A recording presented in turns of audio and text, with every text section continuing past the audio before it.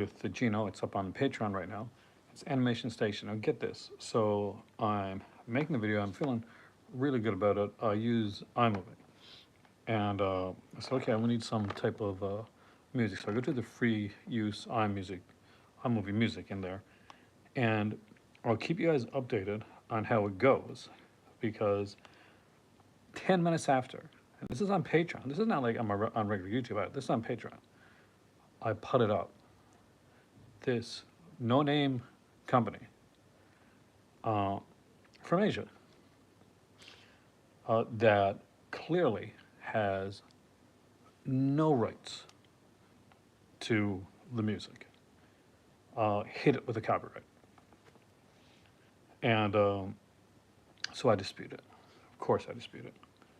And we'll see how it goes. We'll see if it goes through or if they're going to try to pull something. But I'll keep everybody updated on how that goes. I'm very pissed off because it is an hour-long video. It's something that worked my butt off on. And I was not pleased. But I wanted to talk tonight about the indicator announcements and less or so the Eureka announcements, because the Eureka announcements were disappointing.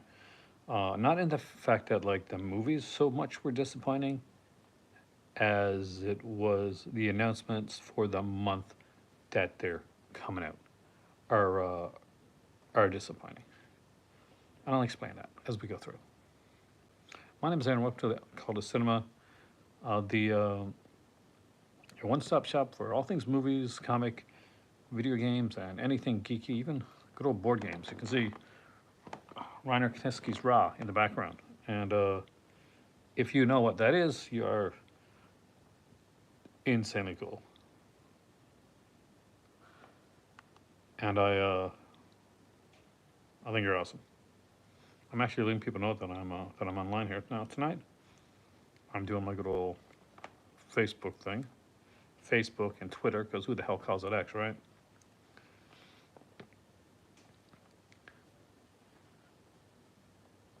And we're going to go through the indicator announcements, go through the features that are on them. We'll talk about why I truly hate the way Eureka did the announcement. And it comes down to this, to basically me saying, get the right announcements for the right month.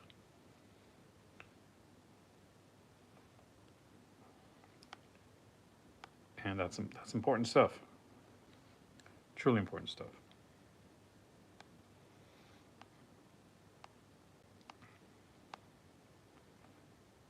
Making sure I got everybody. I think I did. Whew. So here we go. 2 announcements from Indicator, and they're truly big ones. So if you're in the chat, say hi. Be sure to like, share, subscribe, do all the jazzy stuff, do all the subscription sloth, as should do. He's not here for live videos. Hey there, Ken, welcome, man. Pre-ordered the El Vampiro set. That is an excellent set and an excellent choice. And I am going to bring that up here right now onto the screen so we can look at that together, man. That my dad has the old DVD set of that, and I've seen it at my dad's, and my dad like used to like kind of like rave on about like what an amazing set that was, and oh, what amazing like films they were. Now my dad has got like kind of old school, so he'll stick with the original set, but I don't have any set of it. Hey there, Late Night. I love the name, by the way. Got the song going in my head, man. So what's really cool is there was 2 announcements. We'll talk about the one that Ken mentioned first, because this one has a UK and US announcement. But first, let's just like dive into it. Let's look at the cover. Let's look at that amazing cover art, this box art for the El Vampiro, 2 blood-sucking tales from Mexico. It's El Vampiro, and it has the vampire's coffin.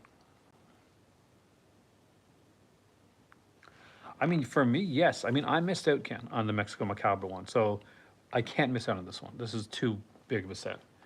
And look at this. Look at this art. You know the artwork now. So this is actually a really good representation of the film itself, especially the way they drew the vampire. And it's not an expensive set. It's like 20 pounds. So it's a cheap set for, but it's not cheap in the way that it's done. So the Vampiro films, I think were they both directed by the same person? I think they were, weren't they? Yeah. So directed by Fernando Mendez, and it's the predate the Hammer director films by a little bit, actually by a year. So that's actually kind of cool. It comes with an 80-page booklet, and it is a limited numbered edition. If you've ever seen an indicator release, they're all numbered, they're all fantastic. Got a 4K restoration from the OCN negative of the Vampire by Labo. We got a high definition remaster from 2K scans of the Vampire's Coffin by Alameda Films. Original Spanish mono soundtrack, which is what I look towards actually. Alternative English soundtracks on both of the films as well, if you want to know what's suitable in English. There's an audio commentary with the vampire himself, Jermaine Robels, from 2007. There's a brand new 2024 interview with Claudia and Rosa Salazar Arenas, remembering their father and the legendary actor and producer Abel Salazar. We got a 2024 interview with Abraham Castillo Flores. We have a 2024 interview with Juan Ramon Oban. The writer shares memories of his esteemed father and the prolific screenwriter Ramon Oban. I think Indicator has rights to more Roland's 4Ks. I think it's what I heard, Ken, and don't quote me on this, but I heard that they have the rights to them all. So we're probably going to be getting all of them. So Grapes of Death, Requiem for a Vampire, probably gonna be getting all the Genreland releases eventually. I'm a fan, and I would like to eventually have them all. His first is my least favorite, but from what I heard, um, the Indicator has at this point the rights to all the Rolands, and we should be eventually getting the entire. I think it's 17 altogether releases. There was a 2024 interview with Eliza Lozano, a historian and curator, discussed the work of the production designer. We got image galleries, original theatrical trailers, publicity material and stills, new and improved English translation subtitles, a limited edition 80-page book. And this is a world premiere on Blu-ray. So this has been put out on DVD before, but it's never been put out on Blu-ray, and not just Blu-ray in Canada, the United States, everywhere. This is the world premiere Blu-ray, period. If there's a Blu-ray of this one out, it's probably not. Now it's probably not legit. This is its first legit Blu-ray release. So seeing these two films finally get this type of look at the artwork again. We got to just take one more look at this. It's amazing. And with that, we get a UK only release, and it is of a series of Columbia Horror Pictures. So it's called Columbia Horror Volume 1. And if you're like me, you've been collecting a lot of Columbia Noirs and all this stuff. And we got some really nice titles here. So first off, here is the banner around it.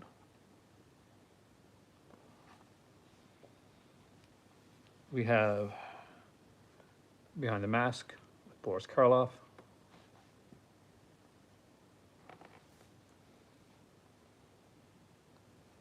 We have Black Moon with Fay Wray. Fay Wray did a lot, and people forget how prolific Fay Wray was actually.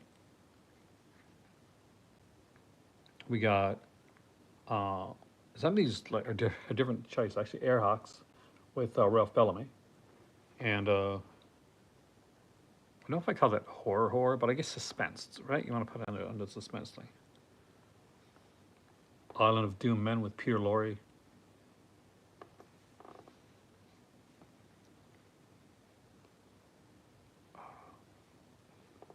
Cry the Werewolf Where the bells toll at midnight, werewolves prowl the earth. Uh-huh. That is Nina Falk, who, of course, was, oh God, what was that she was in? She's in a work movie later on in her career. And good old George McCready, definitely an underrated like character actor in the Soul of a Monster. So again, you gotta love these air releases. Um, I gotta check on the stock amount for each of these too. So this one is 6,000 individually numbered with a 100-page book,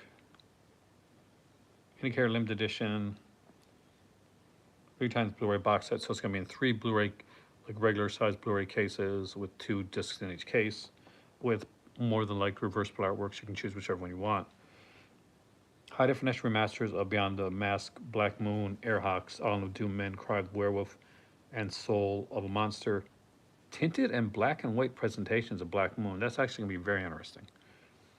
Out of commentary with filmmaker and film historian Daniel Krimmer on Behind the Mask from 2024 commentary. Out of commentary with critics and authors Stephen Jones and Kim Newman on Black Moon. That's another 2024 commentary. They always do great commentaries. Out commentary with film historian Jeremy Arnold on Airhawks 2024. Out commentary with film historians Alexander Heller Nicholas. I always look for her name now, actually. And Josh Nelson on All of the Doom Men 2024. Out commentary with academic curator Eloise Ross on Cry the Werewolf. Out commentary with critics and authors Stephen Jones and Kim Newman on Soul the Monster. Sheldon Hall on Jack Holt, the author and academic, assesses the forgotten star of Behind the Masks and Black Moon, Jonathan Rigby on Peter Lorre, Tom Vincent on Burnett, Guthrie. Everything I'm mentioning here, by the way, all the features that I'm mentioning right here now are all 2024 features.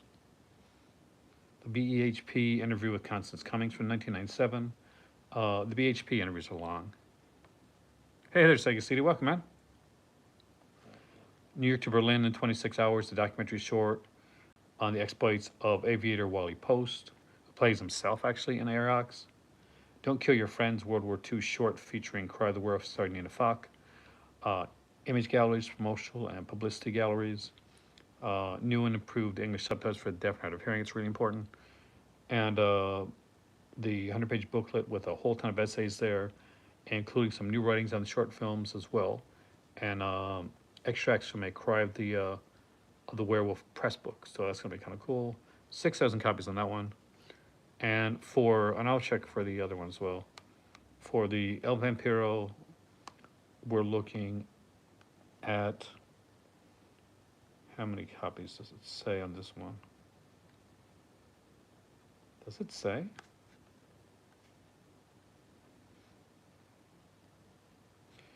$8,000 copies for the UK and US, so that's 4,000 copies on the El Vampiro like double feature set. 4,000 for the UK, 4,000 for the US. Not 8,000, 8,000, which will be 16,000. It's going to be 4,000 each. So keep an eye out because I'm not quite sure how many copies the Mexico Macabre one was. I'm going to check that now actually because for those that remember it, it's one of the sets to sell out the fastest from Indicator Films.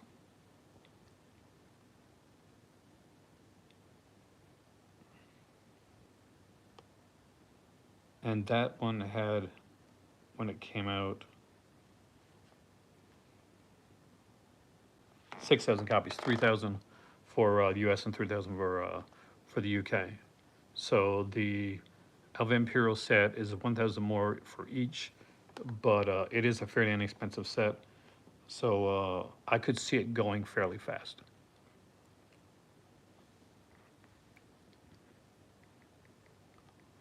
Now, Eureka announced that they were putting a Tank Girl in October, which is a really weird choice for a release for October. But I guess you do you. And Broken Oath was announced as well, which is an excellent Angela Mao film. I just wish that it wasn't put out in a month where October releases are going to be a lot of the horror and horror adjacent releases. So a film. Hey, Maddie. Okay. Oh, and I like Tank Girl. I'm one of the fans of Tank Girl. I'm not a fan of it coming out in October. Um, I think that October gets ruled, Maddie, basically by, it's same as like December. You're gonna get a lot of Christmas films, a lot of like Christmas adjacent films, stuff like that. Happy, kind of like I want to feel happy type films. Uh, October is when you get a lot. Companies put a lot of their Halloween, their horror, their classic horror type stuff, their newer horror. Walmart suddenly has horror in in late September, early October. Um, and I think that Broken Oath and Tank Girl are too good to get shoved into a month when they're going to get overshadowed. And that's my issue with that. As a guy that, public relations, film, this is what I went to school for. That kind of thing sticks in my sticks kind of like sticks with me. It's it's key. Like when you're doing your company and stuff, it's super key. Um, I just think it's a bad timing for it.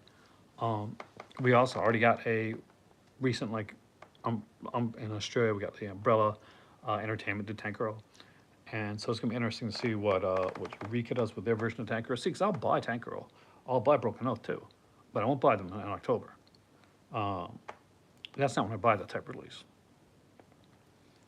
I uh, I normally spend like for myself personally, I will push them like to that'll be in November or like a or follow up release.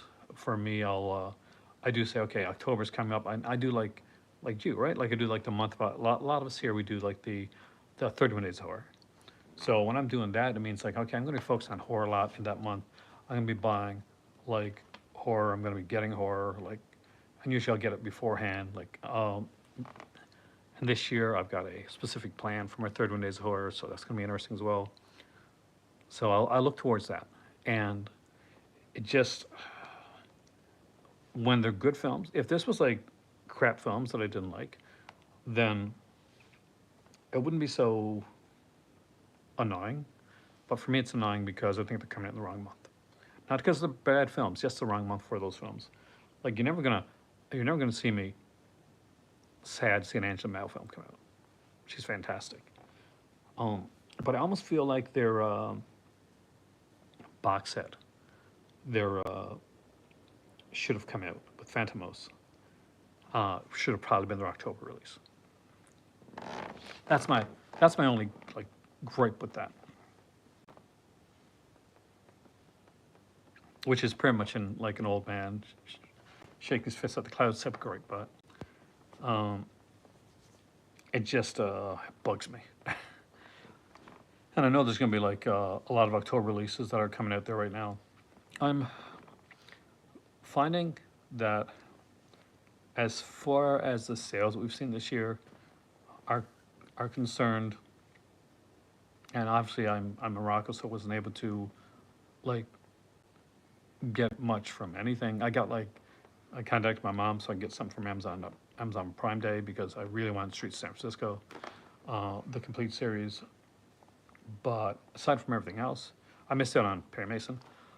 But for me, looking at the sales, and I think I look at them differently now than I used to, uh, because there was a point when I was in North America, and I'd be availing of all the sales, and probably spending too much money.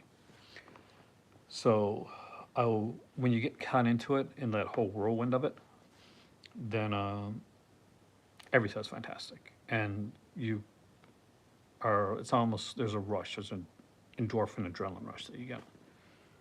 But when you're like a degree separated from it, and you can actually kind of look at the sales objectively, then then you really see which sales stand out to you.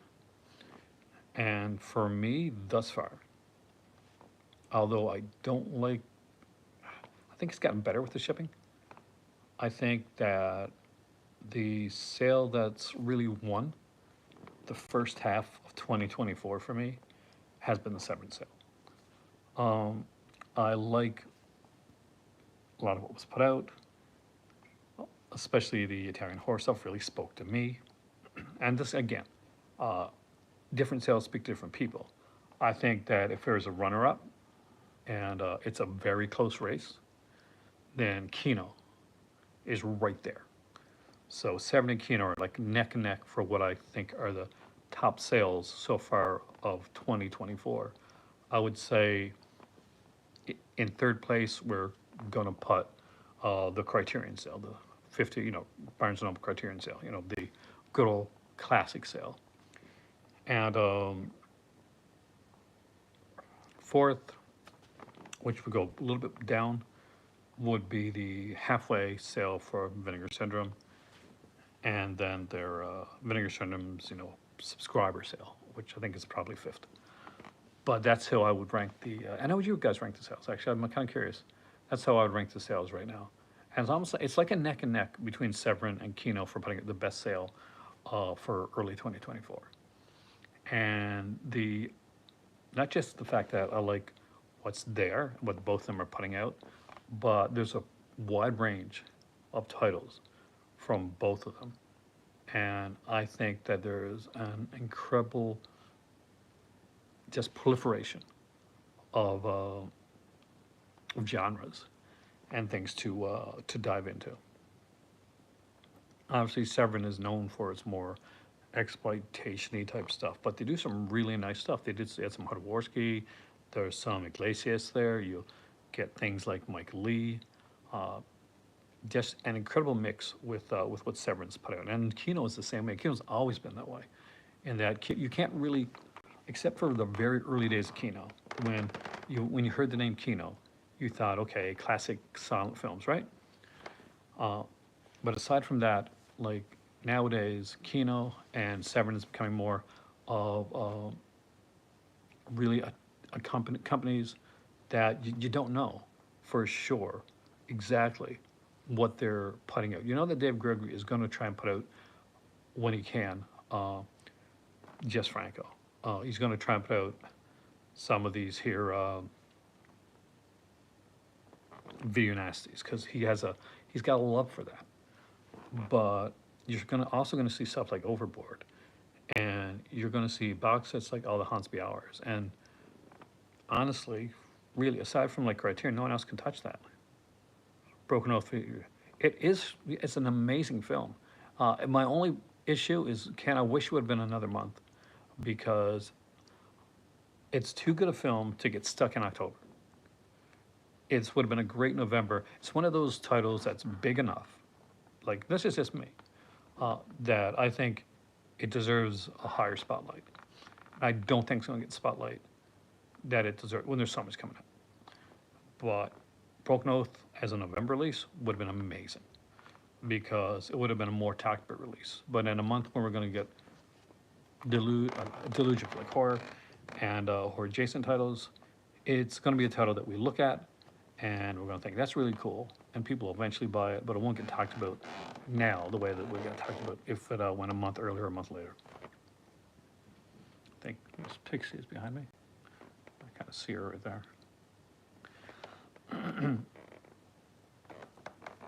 I'm glad that you pre-ordered it, because it's a really good film. You can't go wrong. Like, Bruce Lee loved Angela Mel, and he was smart with that.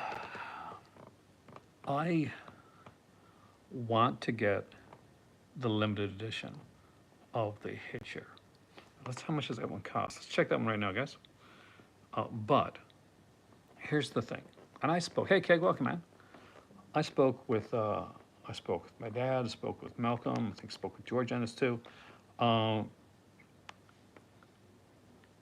been trying to curb my film, and I have over the last year. You guys know this because you guys know what I get. My film spending and get what I really want. So if I put a movie into my shelf, or a series or whatever, or box set, that's in my shelf because I really want it. There's a extra lucid announcement today, which we'll talk about as well, for those that watch my channel and watch all my videos. And we don't have Hammer on 4K yet. It depends. Well, the Hammer rights were bought up by a company who makes films. I'm not sure if they have the rights to all the previous Hammer films, but I'm sure that if, for instance, Shout Factory put out a lot of Hammer films on Blu-ray under the Scream Factory label. Thank you, Keg. I appreciate that, man. Um, and you're right. So here's the thing. Because of that, I expected, okay, maybe we get some stuff from Shout Factory. But as you know, um, the rights to the Hammer films were short term. And a lot of those Hammer rights that Shout Factory had have already gone from them. So it's really in the hands of the rights owner. I don't think it's as bad as kind of the Russ Meyer situation, but and sometimes like when you look at something like a Jaws 3 and we see what was done with that, like remaster, um, I think sometimes Blu-ray is, and it's going to seem like sacrilege to say this, is probably good enough. It's wonderful to have like maybe some of the tentpole ones, like Horror Dracula, Curse of Frankenstein, Mummy, a few of those on 4K eventually from a company that's going to like really take great care and love to put a really decent 4K.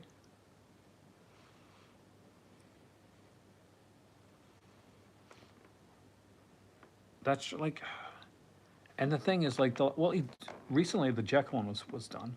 I haven't got to see that yet with Eddie Izzard. I'm a big Eddie Izzard fan, so I'm hoping that Jekyll film was good. Jekyll and Hyde film was good.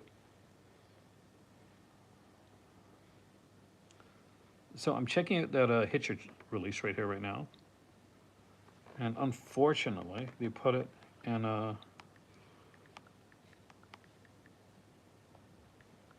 Moroccan money, so I had to figure out how much this is. So this is an expensive release. So it's around like $80 Canadian for the Hitcher. So you're right, like Ken, that's because the standard release of this, like what you're missing, for those that don't know, for the Hitcher, for Second Sight, um, is you're going to miss the hardback book, the screenplay book, which is kind of like for me that's a big plus. The rigid slipcase and the 6 collector's cards. So I think with the title like with a title like The Hitcher with a Second Sight release or one of those releases, you have to look at ones that you really want in your collection as a limited edition and ones where you're going to be say, okay, the standard is good enough because it's getting to a point where you really have to look at what you're picking up and the cost to the cost of pleasure ratio of it. For me, I got a lot of the stuff that I want, so it's at a point where okay, I pick more selectively, and I do take that time to decide okay, do I want to get this here? Do I want the special edition of it? Do I want to get a limited edition? Can I wait on the standard? Is it something like, is there that, am I going to miss that much? Now, unlike, I know a lot of people like buy like the limited edition releases and they'll talk to me and they'll say, I never read the booklets. I never read the books. They're not something that matters to me. I don't listen to the soundtracks. And I am the nerd that does that. So when I get like a book or booklet, I actually sometimes what I'll do. Have you ever shaved my beard? I look extremely different than my beard. And actually, I have shaved, and if you go back in the channel a bit, I have as well. I'm, I'm not surprised. I don't expect to be blown away by the artwork from Warner. I'm not gonna lie. I wish I could say, oh, that's gonna be fantastic. Boogie Nights, no, it doesn't matter. It's just a great film. But I don't know if I need a 4K Boogie Nights, to be honest with you, Ken. Like Terminator, I was burnt with Terminator 2, so we'll see. I'm going to be very careful, especially when it comes to Cameron on 4K. Like that, that is without a doubt. Like James Cameron on 4K, I'm going to be very, very careful. I recommend people to be careful as well. Elm Street, yeah, that's going to be really tempting for me. 'Cause I do love Nightmare on Elm Street series. I grew up with that stuff. I haven't. I mean, here's the thing. For the new Time Bandit thing, Time Bandit was one of those movies I saw in theater. I saw it in theater like twice, and the first time I saw it, it's a Terry Gilliam film. I didn't like it. I was the age where I should have liked it, and I just really wasn't into it. And I'm not sure if it's when I saw it or just wasn't into it that much, but I went back and I rewatched Time Bandits, and I really liked it. And I've got it. I've got the Blu-ray Steelbook in my collection, and I still haven't seen the trailer, but I'm very intrigued to check it out. Um, I'm not sure. You said, is it Lisa Kudrow, like one of the girl from Friends, right? Um, is in it, which is an odd choice. I'm not sure who she's playing though, but I don't think it needed a series, but we'll see. I did, however, look at the trailer for a couple films that like really kind of blew me away. That I just was like, oh yeah, I want to see that. I will say I put up on TikTok and on Instagram my review for Deer Camp '86, and if you have not yet bought Deer Camp '86, Mill Creek put that on Blu-ray and DVD. So Alan's not here tonight, but no, Alan collects DVDs, and I will say this right now: I loved Deer Camp '86. That's one I am going to recommend, and especially if you like horror comedy, um, it's really good. And I'll be honest, I didn't expect it. I expected a much lower budget, lower effort film than what I got. Anybody else see it, by the way? It's a shame you haven't. Um, I go in as blind as possible. I went in with I didn't even watch a trailer. I just, I had it come, and I'm like, the title, like the cover was really cool, right? It had this kind of like cool cover, and I'm like, "Oh, that's kind of neat," but I hadn't heard much about it.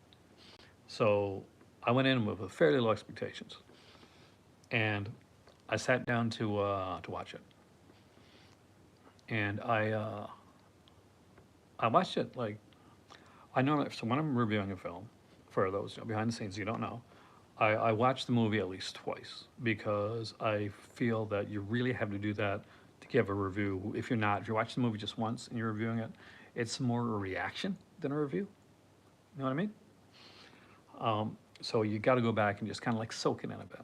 So for Deer Camp '86, I watched it three times, and the third time just because I finished watching it for a second time for review, and I went and I got myself a cup of coffee, and I'm like, I want to dive back in. There's some neat things that I kind of wanted to go back into and see again. And the cool thing is like it's solid all the way through. It's 85 minutes long, so it goes really quick. And then they have the credits come up, and don't stop like when the movie ends because the credits are there, and there's like bloopers and like faux commercials, and a little. It's always got a little kind of like extra at the end. So it gets a high recommendation. It's called a cinema approved, have it in your library type film. Um, very big surprise for me.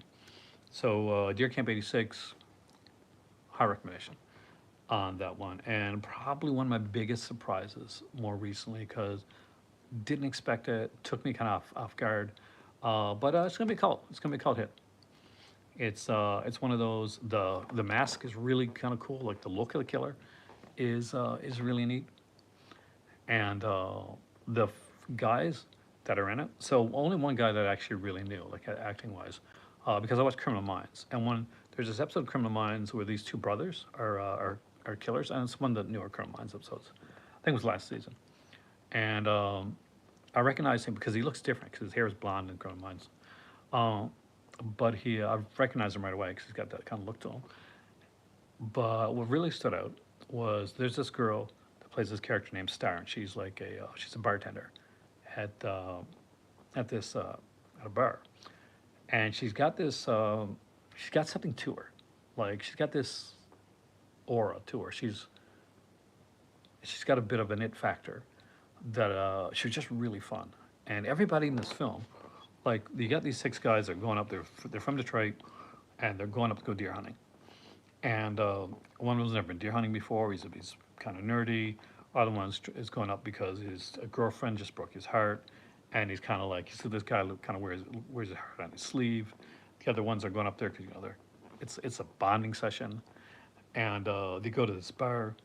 The broken-hearted guy meets this girl named Star, kind of falls for a bit, and something tragic happens, and they are unaware of it, and they go on their way, and all of a sudden the hunters become the hunted, um, and it's really good. Pacing's great, humor is really good. There's just one guy there. Um, he's like the bigger guy, kind of a comedic guy, but he's really funny.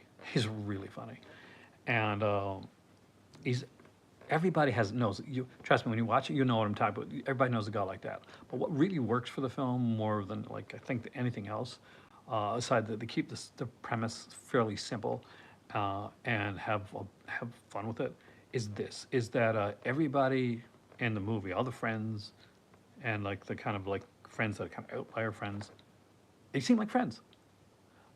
They talk the way that I talked. It's set back in the '80s. Hey, Alan, welcome, man. But yeah, Deer Camp '86, pick it up. It's a good one.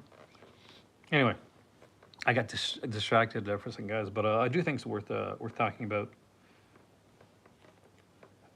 Extra Lucid from Paris is putting out a the Argento documentary that came out recently, and if you have Shutter TV, you probably you may have seen it, but they're giving a physical media release to it. Um, and let me bring it up here.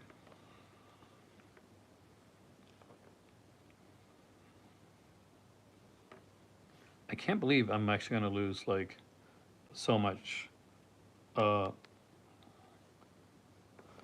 I'm going to lose so much of my monetization because of that stupid crooked people that did that. Yeah, huge Jazz set behind me. Oh, that's not a Jazz set. That's the board game by Ravensburger. These here are my better half's board game collection. They go all over there. One of these days, I'll actually show them to you guys. So, this documentary right here, Dario Argento's Panico, Fears for Beginners. It's a fantastic documentary. It is finally getting a physical media release, and that is coming from Extra Lucid Films. So if you saw me unboxing, for instance, the card player set that I got, that is from Extra Lucid Films as well, under their Extra Cult banner, and they're going to be putting out Panico on more than likely under the Extra Cult banner as well. And news on a new Friday the 13th movie. Nothing as of yet. That's going really slow. The TV series is coming up first.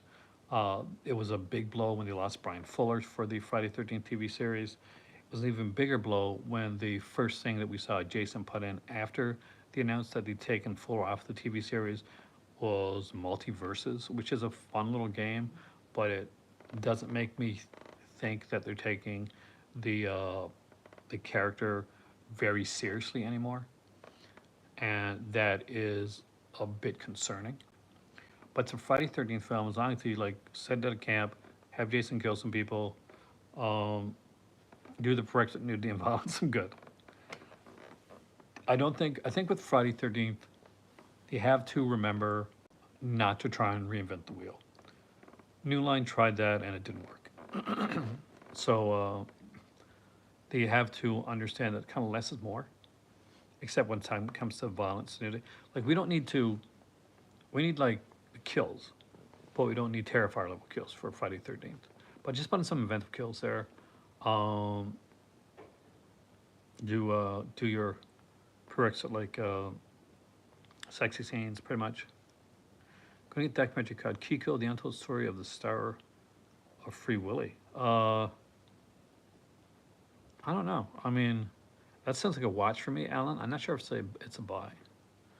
I'm very picky when it comes to like documentaries stuff. I watch it, but now that being said, if it comes from one of the companies that I get stuff from, obviously I'll get and review it. Uh, but it always depends on that type of stuff. But I just gave her a solid review to Deer Camp '86, Alan, and that one is out on DVD. So keep an eye out for that. It's actually very inexpensive.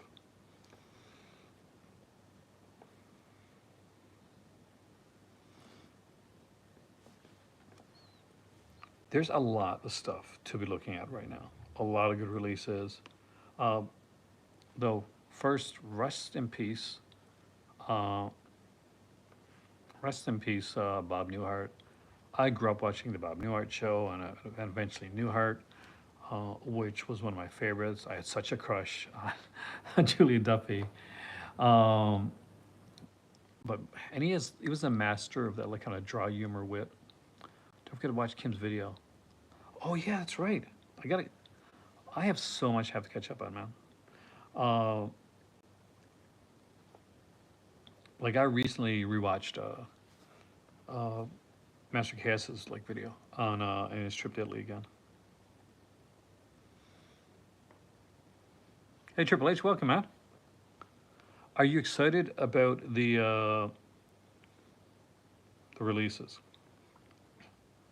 So we had, by the way, we had rain in Morocco today, and for those that have not seen it, it's a short video. I'll show you.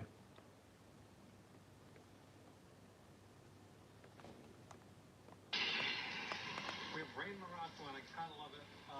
We definitely needed it, and yeah,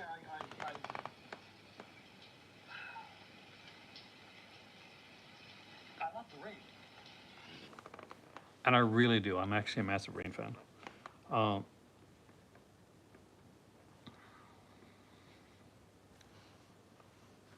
it's I live in a desert area, so we don't get a lot of that, right? But the El Vampiro set, 100% from Indicator, that's a buy for me. The Columbia horror set, I definitely want to get as well. I don't think that's going to sell out as quickly as the El Vampiro set. I'm nervous about not missing the El Vampiro set, but hopefully I don't. For those that are on my Patreon right now, I started up a new series tonight, and thank God it's on Patreon because I got copyright struck by a bogus company, um, and that because people like sometimes forget, like YouTube puts like copyright things in there for like for the for good reasons for that, but it takes very little for like somebody to come out and just like start copyright striking stuff. And the fact that copyright struck on a Patreon video was pretty sleazy. Um, but it's a new series I've started called Animation Station, where I look into like I have different guests on every episode, and we talk about their area, their era, their love, what would they love in animation. Whether somebody comes on talking about Hanna Barbera, or somebody wants to talk about like Gino came on, who was previously on talking about like westerns, and I was going to have him back in for a western when I found out that Gino was a massive fan of the Fleischer Brothers and the early era of animation, like the silent era, like that early era of animation. So I had him on for like about a 45-minute conversation to chat about like the chat animation and different aspects of it. And as always, like the last one, video was on, very much was an interesting, enlightening conversation.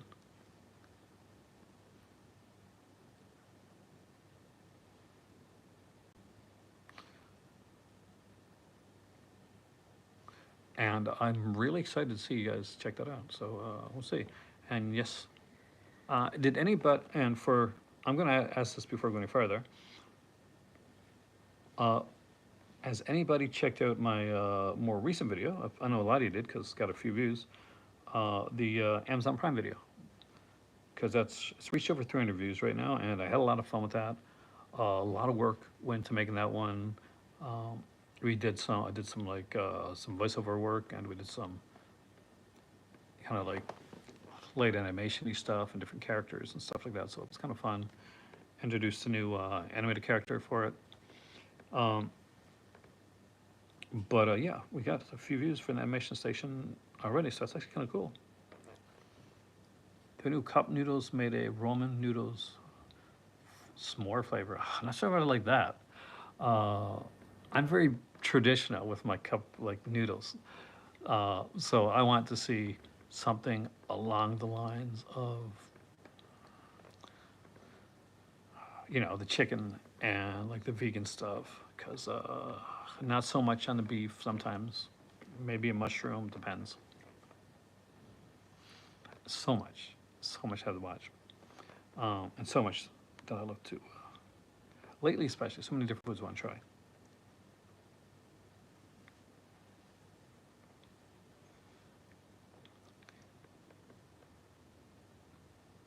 You guys are so quiet tonight. Usually we got a bunch of people in here, and we're chatting back and forth. Um,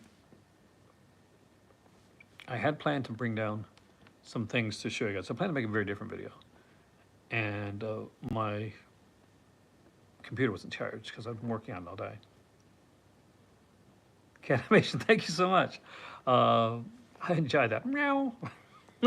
Um, my better half liked the cat. She's the sloth is still her favorite. Um, but it's I love like I can't say I don't love editing, but it's fun to do. It's fun to talk like this, but I really love when I can actually put together a constructive video and work and say, okay, this is something that I want to do. And I'm trying to add new video series to the channel where you guys can come and watch a video that could be like 30 minutes to an hour long, and just relax with it. And I want to bank up enough that I'll do what, which is one of the more popular things to do right now is to do like supercuts where there'll be like long videos and they're just like cut, put together of like a whole bunch, and you can just put them on in the background, just do it, like go throughout your day, work out, make some food, and just have it on in the background to kind of relax to. And I've got a twist on that that's coming up as well. I will be putting up in the next week or two because I want to do my first Patreon watch party. So if you're a Patreon member, keep an eye out for that. I'm going to put up around 4 films, and you guys are going to vote on them, and then we're going to watch one. So what's neat about that is, of course, we'll do the recording. So if you're there to watch it live, fantastic. You'll be there to like watch the film with us and chat about it, converse. And for those that aren't there live, they'll, of course, as always, it'll be like live. It'll be as always, first time. It'll be recorded. There'll be a live commentary, obviously, a bit here, and we'll be able to. You guys can watch it anytime. So.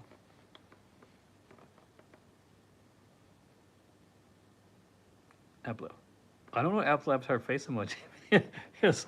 Do you mean like you have like you have like an avatar for my face? Is that a new like update on like in the stuff? I'm not sure if my stuff is new enough to get updated to that, but if it could be interesting.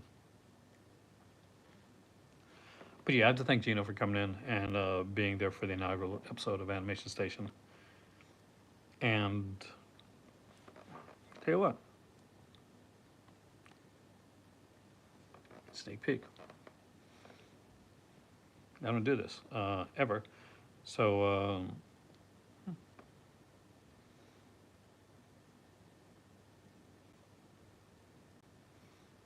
I won't even turn the sound up because ooh, I want to get like copyright strike.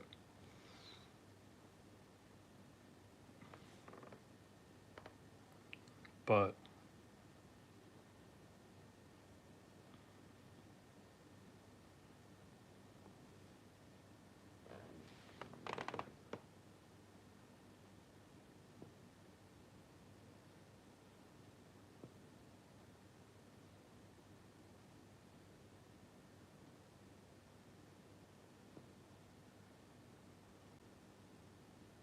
oh, I can go backwards.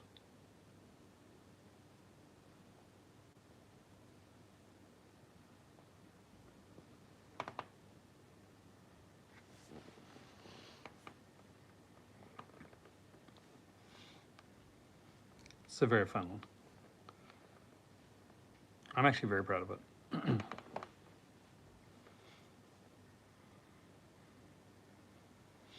But yeah, I looked at the Jaws like 3 4K AI, and it got me thinking on like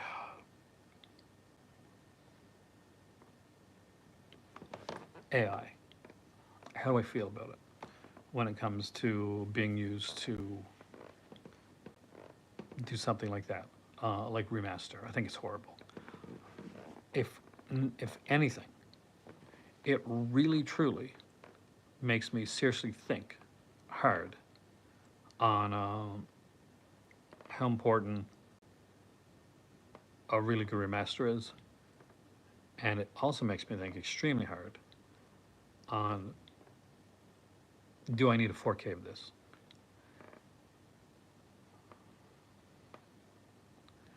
And I think I'm going to do like a short series on that, actually, where I look at a film that has a 4K upgrade release, preferably if I have it in my collection as well, and a Blu-ray release of a film, and ask that important question to myself and answer it honestly. Does that really need a 4K upgrade? And do I really need to have a 4K upgrade of that film? If you like that idea, let me know, because it's a series that I have started on. And there will be like, they're shorter videos, but they will be coming up in the near future. And I think they'll be fun, because we're at a point right now where honestly curators, people that like just like watch films, and collect them, they're the people that are keeping like this whole like thing going. So it's going to be really important to not price ourselves or overwhelm ourselves with releases and with buying stuff that may take money away from something that we really want. And there's times when people say things like, and I've said it, okay, oh, this 4K costs a bit of money. Like, oh, I can't believe this. So the 4K for opera, for instance, is $60 from Severin Films. And that can seem like, and is, not gonna like diminish it, like a bit of money. Obviously, it's not a cheap release. But that being said, for a release like that, when you look at the work that goes into it and what's included with it, then that should really be kind of like your benchmark. It shouldn't be looking at another 4K release from another company or another studio and saying, okay, well, X company put this one out, this movie here out for like $20 on 4K. Why is this movie $60 on 4K, or why is this movie $50 on 4K? And it can be a very false equivalency. You know what I mean? So you're looking at stuff, and you're saying, why is this costing so? Why does this cost so much? This here release, this 4K release was so cheap. It was great. But Jaws 3 4K, it wasn't expensive 4K to buy, but it was an atrocious 4K. When Terminator 2 came out on 4K, I picked it up and I bought it at Walmart for like $10. And I thought, what a deal. What an amazing deal I got, because my DVD of Terminator, the one that's still like kind of a silver case thing, was still like, I had the Blu-ray, but the DVD version was still the best version I had of that. It was Terminator 2. And I get it, and I put it in my 4K player, and it's not good. It's objectively not a good transfer. It's, I think, one of the ones where you looked at certain people and they're like, why do we keep getting like screwed over with Cameron? Like, it's so yeah, it's different. It's different prices for different releases, and sometimes uh, a release costs more because it's worth more. Like pretty much what it comes down to is that because the work's put in there. When it's a movie like and you know you gotta like the movie for like you can't go and buy like okay I picked up like this movie but I don't like this or I've never seen it before so I'm winging in the dark type thing.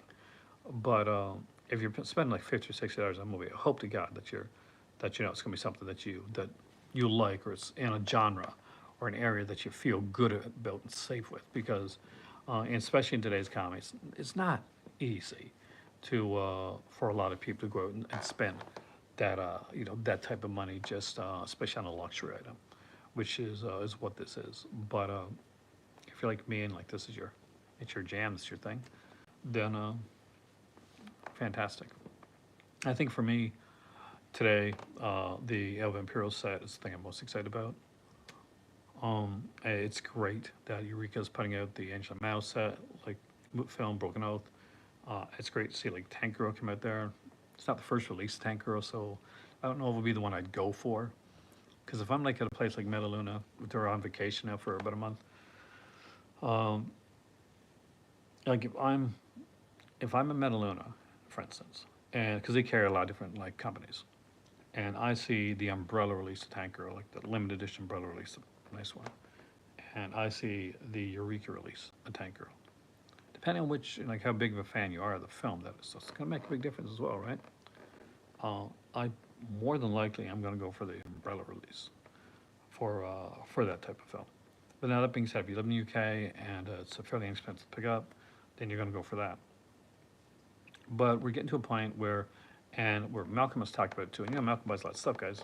Um, where he looks at stuff now and he's like, okay, do I need a limited edition of this, or am I good with the standard edition? And he's starting to look with his second sight and stuff like that. He's looking, do I really need the limited edition, or can I go with the standard edition? And I think it's something that, like Ken mentioned it earlier, it's something that we really got to ask ourselves when it comes to releases that are out right now. What edition do you really, really want? Like, for instance, when I started collecting again, these here Roger Corman Classics collections, I bought them. I bought a bunch of them and I bought them on DVD. And if I found like a cheap one, like I got Prada cheap, got a couple of other cheap, I grabbed them.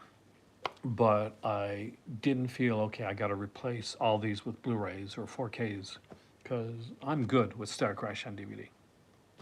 Unless, for instance, I've like actually get it from the Chukosi. Um, I don't need to upgrade Humanoids from the Deep to a massive like 4K edition. I really don't think that would need a 4K edition. I don't think any of those early Corman stuff really needs a 4K edition. Um, it'd be interesting if they do, and I'd be happy for them. Like, but a lot of these here, like, I'm good with where they are, with what I got. So I'll just pull a couple out here to show you guys. So I always try to do this every when I'm here. So let's pull out a couple DVD stuff, Alex and stuff. So for instance, this is the Captain America double feature. These are from my childhood. So anytime people start like crapping on like, oh man, super movies, I can't believe super movies now. Yeah, this is what we had. Shut the hell up. You guys are so spoiled now when it comes to this stuff. That's Christopher Lee. That's Christopher Lee playing Miguel. So I'm gonna let it sink in for a second. That's Christopher Lee playing a terrorist by the name Miguel. Not bad. Those are fun films. But I don't need to upgrade that from DVD's great. Is enough for that. I don't need anything higher than DVD quality for that film. And of course, there is the some early Raro stuff that I picked up, like Murder Obsession by Ricardo Fredi. And I picked this up because one, I like Ricardo Freedy, and I'm pretty sure his actress is in this one. God.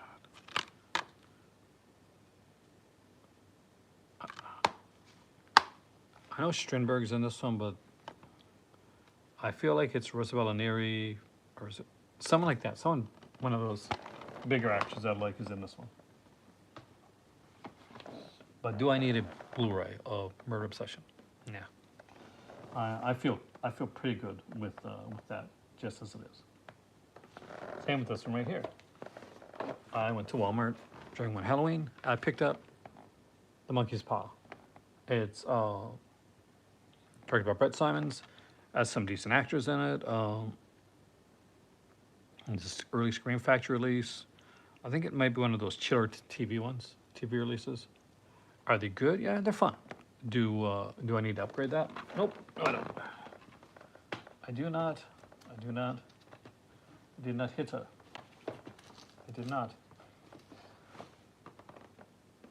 So, and the biggest mistake that I think has been done is when you got stuff like Murder Lust, like these Intervision titles, and you're starting to see these being upgraded to like Blu-rays. Like, I don't think any shot on video release. I understand Blu-ray a bit, but you know what I don't understand?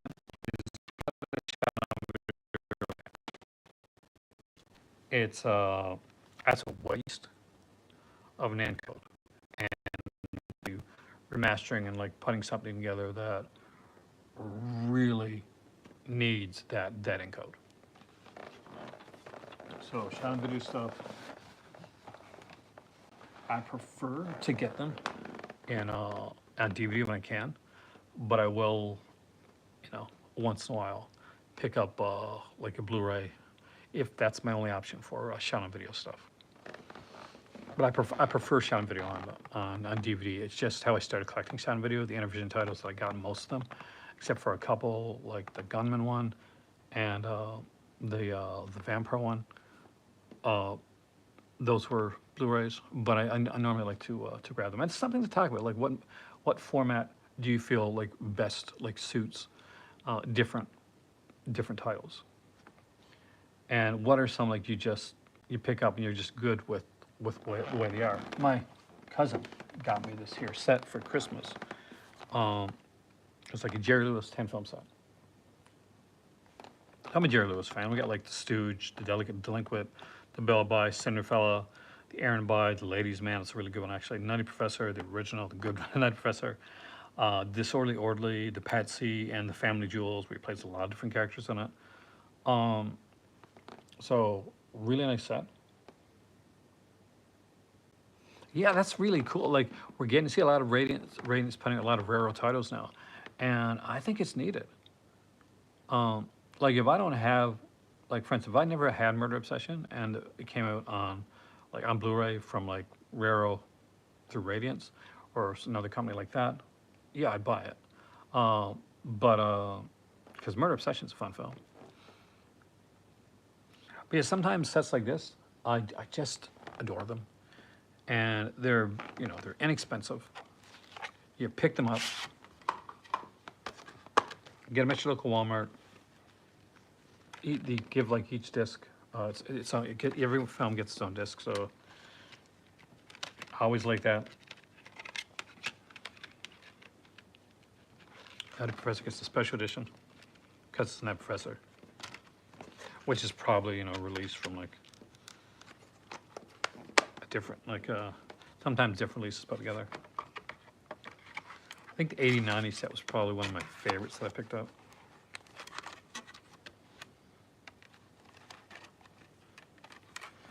All films except The Stooge are presented in widescreen format. The black bars on top of the screen are normal. I can't believe that in 2024 they still have to say that. But I do like to look here at some stuff that I got and actually pull things out from my library and show different releases that I got that you may not normally see. So let's pull out another one. from my youth. All right, so this is a 10-film set, and I used to watch these with my grandparents, and if you know, you know. So this is a Mom and Pa Kettle complete comedy collection. So it's 10 films, and the first one, of course, is Egg and I, which was a lot of fun. The Mom and Pa Kettle characters were kind of like the background characters of the film, but they kind of grew a bit of a fan base, and they shot them off into making like the Mom and Pa Kettle, which turned into like 9 more like Mom and Pa Kettle films over the years. And they were planning like, you know, they double featured these, you know, wasn't anything really on these here, but like it's classic stuff. Like Egg and I, you know, it's a Fred MacMurray, Claude Colbert film. And I really, really like this here. Mom and Pa Kettle's really fun. Have you guys ever seen Mom and Pa Kettle films? If you have, let me know. I want to see how cool you are, how much you know this stuff.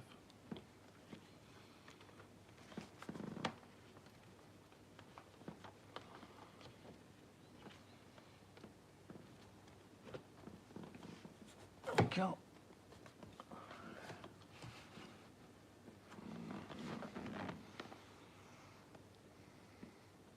They played Ma Kettle was a germaphobe. I didn't know actually. Surprising since he's Ma Kettle, and you know it's kind of like they don't exactly live in like high luxury of life. What we got here?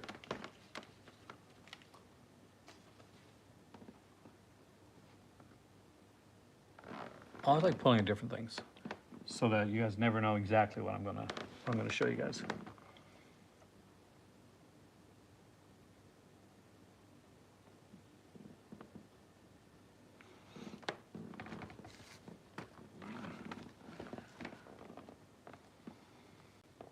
Yeah, me too. Like that's where me and my grandparents would watch them at. They would come on TV, like usually Sundays actually. They come on Sunday afternoons, and we watch Mom and Pa Kettle, and sometimes like they'd have around the same time they'd either have it in place of it, where they show a couple of episodes of the Beverly Hillbillies, you know, because it makes sense, right? Or they'd have like Mom and Pa Kettle, and afterwards, right prior to it, there'd be a Beverly Hillbillies episode.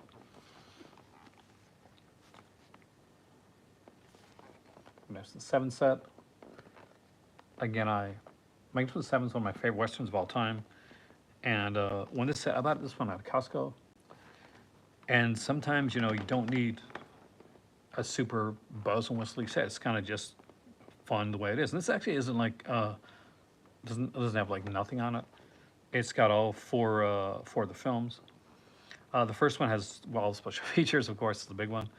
And you get like the, you know, Guns Fired, the Magnificent Seven making of, the Elmer Bernstein, the Magnificent Seven, the Linen book, Lost Images from Magnificent Seven, audio commentary with James Coburn, Eli Wallach, Walter Mirisch, and Robert Royer. And I was a massive fan of these here. And I love when I can find these here type of releases where you get like this just really good, really cool like films on Blu-ray. It's kind of comical because you get like Yul Brynner is a big part, like Magnificent Seven. Then all of a sudden, like in like the third or fourth film, a completely different guy playing the role, and I think it's George Kennedy. And then I think it's Lee Van Cleef. I think it's all the same role, which is super, you know, it's different.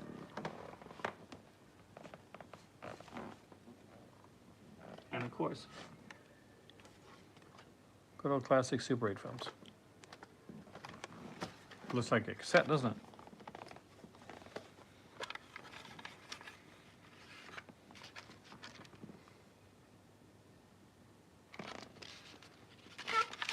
Anyway, I'm not going to keep you guys too long tonight. I just want to make a short video. It's gone on longer than I expected.